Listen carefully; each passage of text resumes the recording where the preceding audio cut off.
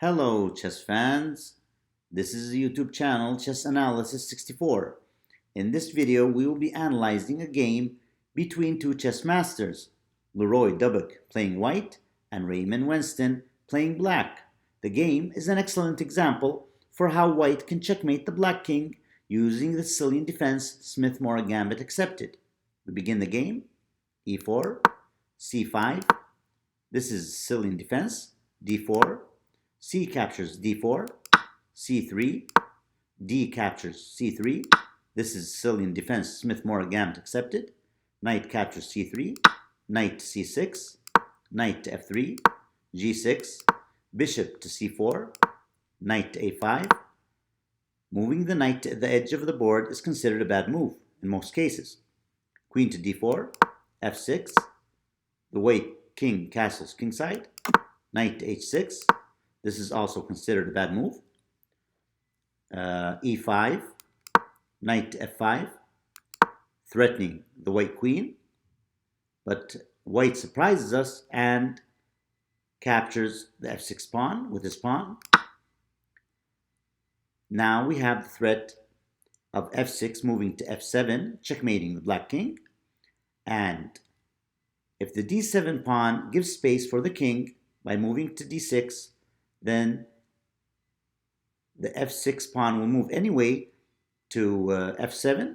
The black king will move to d7, and then the white queen will capture the h8 rook. We continue. E captures f6. Okay. Rook to e1, check. Now, the f5 knight can move and block the check, but he still wants to have the opportunity to capture the white queen. So he moves instead the bishop to e7. Okay, we continue. Knight to d5. Okay.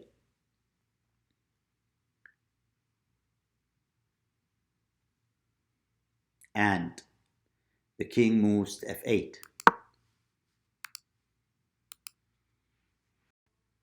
Okay, there's a question. What would happen if instead of moving the king to f8, okay, we had the move knight captures d4, capturing the white queen? What would happen? In this case, the knight would capture the f6 pawn, and the only move for the black king is moving to f8, and we have the final move, bishop to h6, checkmate.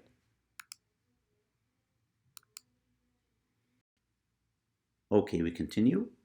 The e1 rook captures the bishop, and black isn't worried about capturing the rook with his black queen, okay, because the f5 knight will capture the white queen. Okay, continue. Bishop to h6, king to e8, queen to c3, moving away from the threat of the knight. Okay, and the black queen also moves away from the threat of the d5 knight.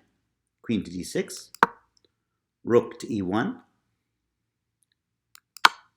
check, king to d8.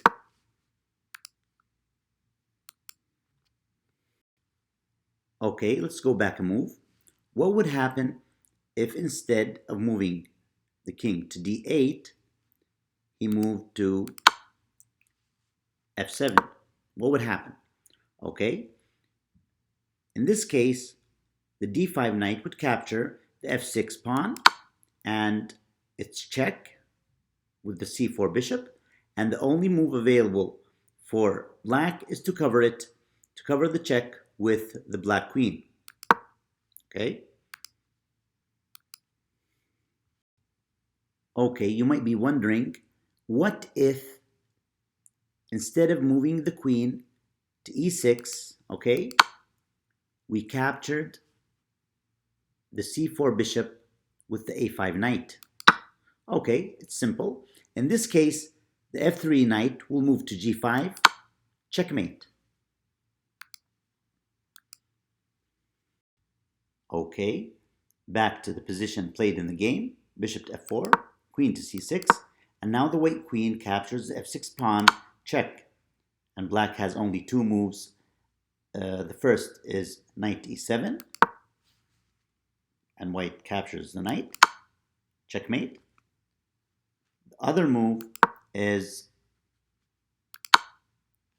queen captures f6, and we have the beautiful bishop to c7 checkmate. Okay, we have reached the end of our video. Hope you found this game useful. Feel free to give any comments and don't forget to share, subscribe, and like. You can also follow us on our Instagram account, chessanalysis64. Thanks for listening and good luck with your next chess game.